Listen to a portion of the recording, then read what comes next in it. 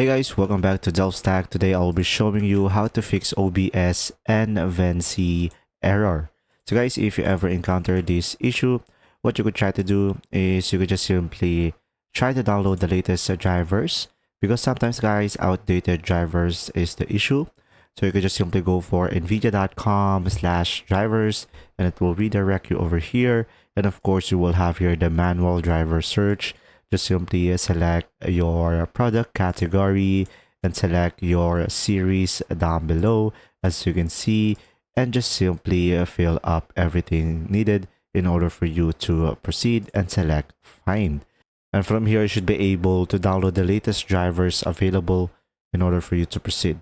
Now, another option that you could try, guys, is you could just simply go ahead and go through the settings into your OBS by selecting file over here, through the settings, and go for the output, and here you could just simply go for the recording tab. So guys, make sure the video encoder is on NVIDIA. So sometimes this one is different, so make sure it is on the correct drivers so you won't have any issue. And make sure you have the MP4 as well, guys. This is very important. And pretty much that's it.